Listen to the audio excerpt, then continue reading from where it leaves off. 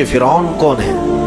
فرعون صرف ایک شخص کا نام نہیں ہے، مصر کا جو بھی بادشاہ ہوتا تھا اس کا لقب فرعون ہوتا تھا۔ تقریباً 18 یا 19 فرعون آئے، جو بھی بادشاہ ہوتا تھا اس کا لقب تھا یہ فرعون، اکثر لوگ اس کو نام سمجھتے ہیں۔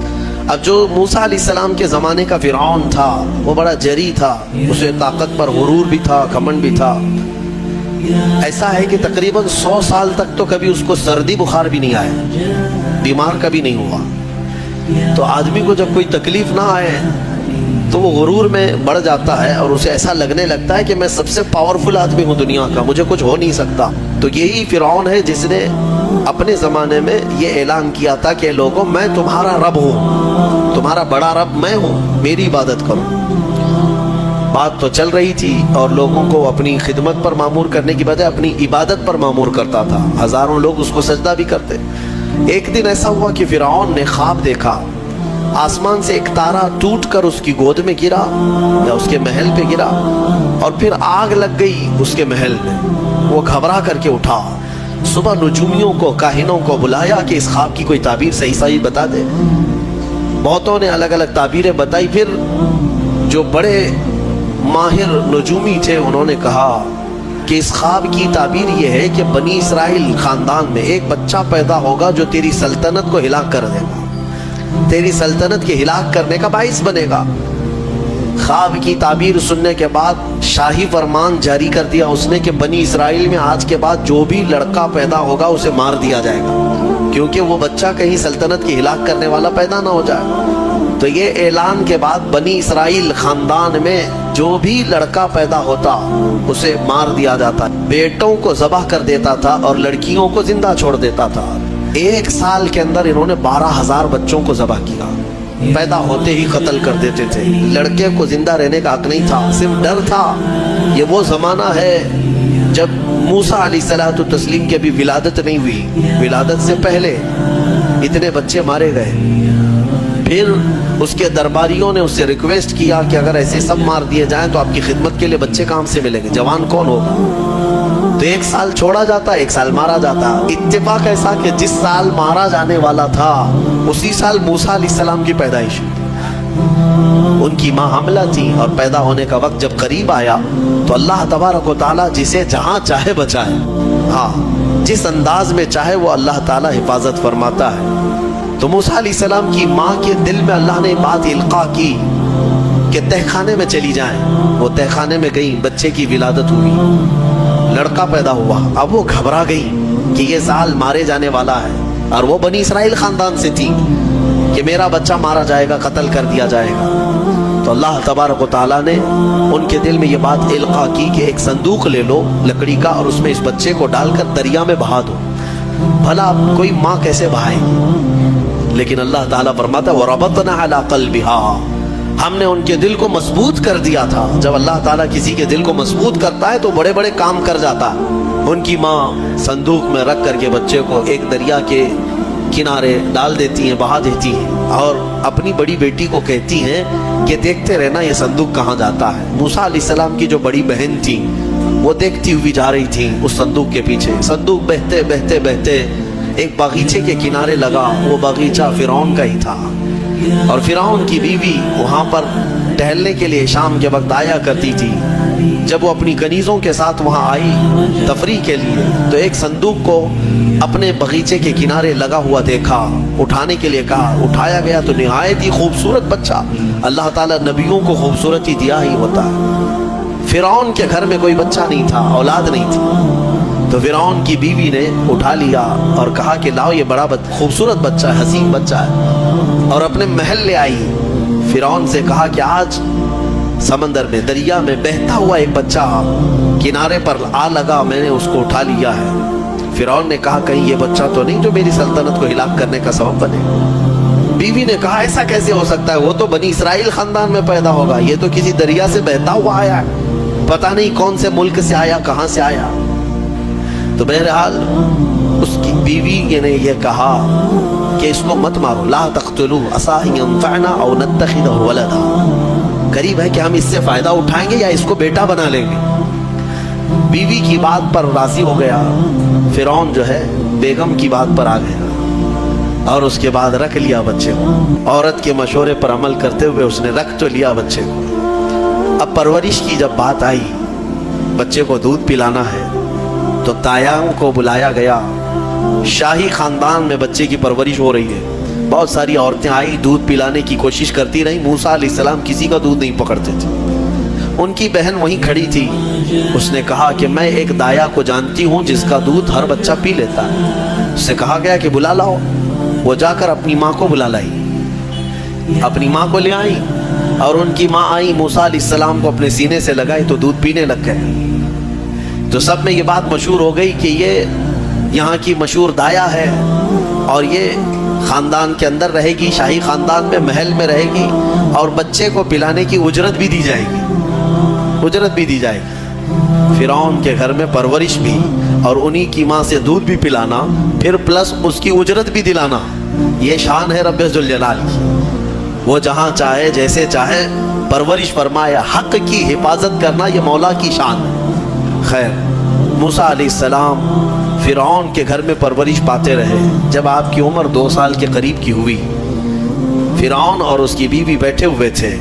موسیٰ علیہ السلام کھیلتے کھیلتے گود میں آئے اور فرعون کی داڑھی پکڑ کر اس کے منہ پہ تماچا لگا دیا. پہلی مرتبہ کسی نے بادشاہ کے منہ پر تماچا جڑا ہے تو بیٹا گھر کا, لیکن فرعون کو پہلی مرتبہ وہ زناٹے دار جو تھپڑ لگا, ہو سکتا ہے تارے نظر آ گئے ہوں, وہ گھبرا گیا. کہا کہ یہ بچہ ایسا کیسے مجھے مار سکتا ہے, ہاتھ کیسے اٹھا سکتا ہے. دسترخوان سے اٹھ گیا اور کہا اپنی بیوی سے, بیگم مجھے لگتا ہے یہی وہ بچہ ہوگا, یہی بچہ ہوگا جو سلطنت کے ہمارے خلاف جائے گا. پھر بیگم نے کہا ایسا کیسے ہو سکتا ہے, بچہ ہے, چھوٹا ہے, اور لاڑ پیار میں بچے ماں باپ کے ساتھ اس طرح کی حرکتیں کرتے ہیں. فرعون نے کہا نہیں, مجھے چیک کرنا ہے, یہ بچہ جاندار ہے, جانکار ہے, یہ جانتا ہے.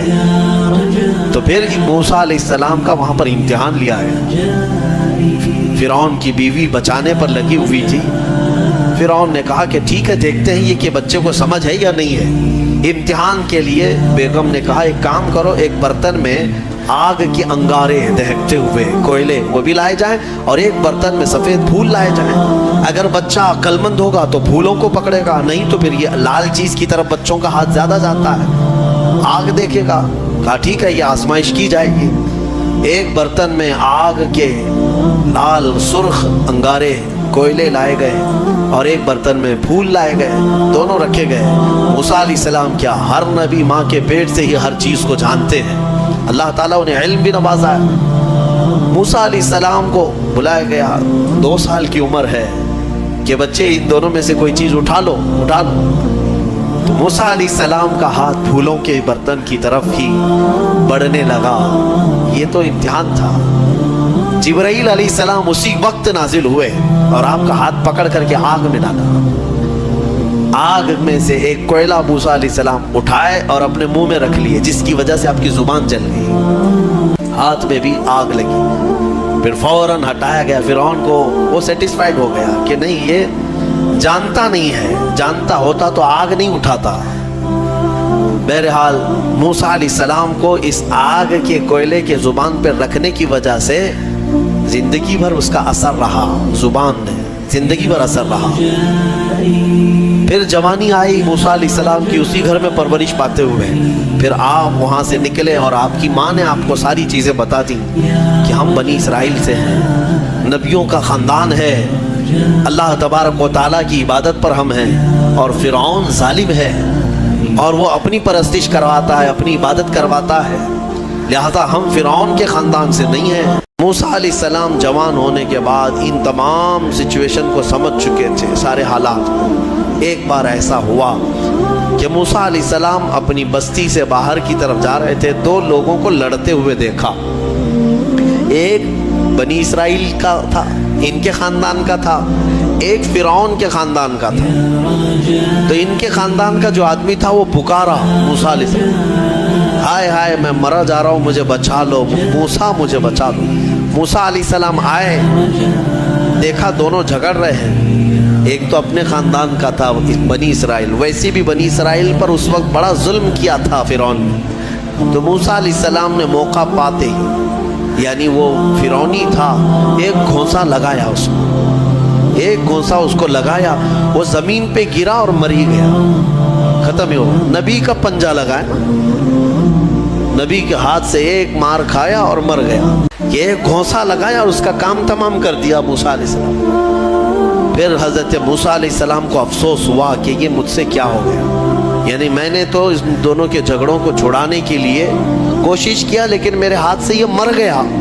اللہ کی بارگاہ میں آپ نے استغفار کرنا شروع کیا, اے اللہ تو مجھے معاف فرما دے. فغفر لہ, اللہ تعالیٰ نے معاف بھی فرمایا, آیتیں نازل ہوئی. پھر چند دن کے بعد ایسا ہوا, پھر ان کے خاندان والا بنی اسرائیلی ایک بار پھر کسی سے لڑ رہا تھا, دوسرا ہی دن تھا. موسیٰ علیہ السلام کو پھر آج اس نے پکارا. تب موسیٰ علیہ السلام نے کہا غلطی تو تیری ہی ہے, کل بھی تو ہی لڑ رہا تھا, آج بھی تو ہی لڑ رہا ہے, یعنی روز تو نے پیشہ بنا لیا لڑنے کا. تو موسیٰ علیہ السلام اپنا پنجہ لے کر اسی کی طرف آنے لگ گئے. یہ جو اسرائیلی تھا تو وہ ڈر گیا, اس کو پتا تھا کہ کل کیا ہوا ہے, ایک گھونسا کھانے کے بعد ہوتا کیا ہے. تو چیخنے لگا, اتريد ان تقتلني كما قتلت نفسا بالامس, موسیٰ کیا تو مجھے بھی ویسے ہی قتل کرنا چاہتا ہے جیسے کل تو نے قتل کیا تھا. یہ کہتے ہوئے وہ جھگڑا چھوڑ کر بھاگ گیا. اب بھاگ کر جا کر فرعون کے خاندان والوں کو, بلکہ فرعون کو سب بتا دیا کہ موسیٰ بنی اسرائیل سے ہیں اور ایک فرعونی کو, ایک تمہارے خاندان والے کو کل موسیٰ نے قتل کیا ہے. تو معاملہ بڑا بگڑ گیا. فرعون کے دربار میں یہ سب اس نے چغلی کیا. بتاؤ وہ کون تھا؟ بنی اسرائیل خاندان سے, موسیٰ علیہ السلام کے خاندان کا تھا, اور فرعون کے ہاں چغلی کیا ہے انہی کی, موسیٰ علیہ السلام کی چغلی کیا انہی کے خاندان کا آدمی فرعون کے ہاں جا کر بتایا. فرعون پوری تیاری کر کے کہا کہ موسیٰ کو پکڑو, اور میں پہلے سے کہتا آ رہا تھا کہ وہی بچہ ہے اور میرا گمان صحیح نکلا. اس بنیاد پر اس نے اپنی بیوی کو سزا دینا شروع کیا, حضرت آسیہ. اس بنیاد پر وہ عذاب اس قدر دیا کہ ان کے ہاتھوں پر میخ مار کر انہیں سلاتا تھا, ان کو بالوں سمیت چھت سے لٹکا دیا جاتا تھا. بہت شدت کی تکلیف دی حضرت آسیہ کو, کیونکہ وہ موسیٰ علیہ السلام پر ایمان لاتی, وہ موسیٰ کے خدا پر ایمان رکھتی تھی. تو فرعون نے اپنے جاں بازوں کو, اپنے لڑاکوں کو بھیجا کہ پھر موسیٰ کو پکڑو. وہ سب نکلے تو ایک ان کی اچھائی چاہنے والا, ان کا خیر خواہ شہر سے دوڑتا ہوا آیا. وجاء رجل من اقصى المدینة يسعى, دوڑتا ہوا آیا شہر سے اور کہا, قال یا موسیٰ ان الملأ یأتمرون بک لیقتلوک, فوج پیچھے سے آ رہی ہے تمہیں قتل کرنے کے لیے, تم یہاں سے فوراً نکل جاؤ, یہ بستی چھوڑ دو. حضرت موسیٰ علیہ السلام اس کی بات سن کر کے نکل پڑے. یہ مصر کی سرزمین تھی, چھوڑ کر کے آپ وہاں سے نکلے. فخرج منها خائفا يترقب, وہاں سے خوف کے عالم میں نکلے تھے. موسیٰ علیہ السلام دوسری بستی پر چلے گئے, ایک ایسی جگہ پر گئے. یہ پورا واقعہ تفصیل سے سورہ قصص میں موجود ہے. ایک بستی پر پہنچے تو وہاں پر دیکھا ہے کہ ایک کنویں پر بھیڑ لگی ہوئی ہے, بہت ساری بھیڑ ہے, پانی کھینچ رہی ہیں. اس میں دو لڑکیاں دور شرماتے کھڑی ہیں, وہ پانی لینے کے لیے بھیڑ میں نہیں جا پا رہی. تو موسیٰ علیہ السلام بھیڑ کو چیرتے ہوئے آئے اور ان دو لڑکیوں کے لیے پانی آپ نے ڈول سے نکل, آپ مضبوط تھے, قوی تھے, طاقتور تھے. پانی آپ نے نکالا اور پانی نکال کر ان دونوں لڑکیوں کو دیا. تو وہ جوان لڑکیاں تھیں, انہوں نے کہا کہ چلو, ہمارے باپ اس شہر کے بڑے نیک اور پرہیزگار آدمی ہیں, ہم تمہیں لے کر کے چلتی ہیں اور اپنے باپ سے تمہیں اجرت دلائیں گے. تم دیکھنے میں بڑے اچھے لگتے ہو, اجنبی ہو, مسافر ہو, اجرت دلائیں گے جو پانی تم نے ہمیں ڈول سے کھینچ کر دیا. موسیٰ علیہ السلام ان کی بات پر چل پڑے. کہاں وہ دونوں لڑکیاں اپنے گھر لے آئیں. تو ان کے والد جو تھے وہ کوئی عام انسان نہیں, وہ حضرت شعیب علیہ السلام تھے, اللہ کے نبی تھے. تو یہ دونوں نبی کی بیٹیاں تھیں. موسیٰ علیہ السلام آئے, پوچھا کہ تمہارے ساتھ کیا ہوا. موسیٰ علیہ السلام نے سارا اپنا واقعہ حضرت شعیب علیہ السلام کے پاس بیان کیا. تو حضرت شعیب علیہ السلام نے کہا, نجوت من القوم الظالمین, تم ایک ظالم قوم سے نجات پا کر کے آئے ہو, رہو ہمارے ہاں رہو, کوئی حرج نہیں. اب اجرت کیا دی جائے گی تمہیں, جو ہماری بیٹیوں کو تم نے پانی کھینچ کر دیا. تو حضرت شعیب علیہ السلام نے کہا قال احد ابنتی ہاتین علی ان قالت احداہما، ان کی بیٹیوں میں سے حضرت شعیب علیہ السلام نے کہا ہاں میں انی ارید ان انکحکا، میں چاہتا ہوں کہ میری دونوں بیٹیوں میں سے ایک سے تمہارا نکاح کر دوں۔ کس بات پر؟ وہ اجرت کے طور پر نکاح بھی کر دوں گا، اور پلس مہر کیا رہے گا؟ مہر میں یہ رہے گا کہ میرے باغیچہ ہے ایک، اس باغیچے میں 8 سال تک تمہیں رکھوالی کرنی ہوگی، 8 سال تک۔ حضرت موسیٰ علیہ السلام نے کہا ٹھیک ہے۔ 8 سال کی بجائے 10 سال موسیٰ علیہ السلام وہیں رہے، شادی بھی ہوئی شعیب علیہ السلام کی بیٹی کے ساتھ، جن کا نام تاریخ میں حضرت صفورہ بتایا گیا ہے۔ حضرت موسیٰ علیہ السلام کا نکاح ہوا، وہیں رہنے لگے۔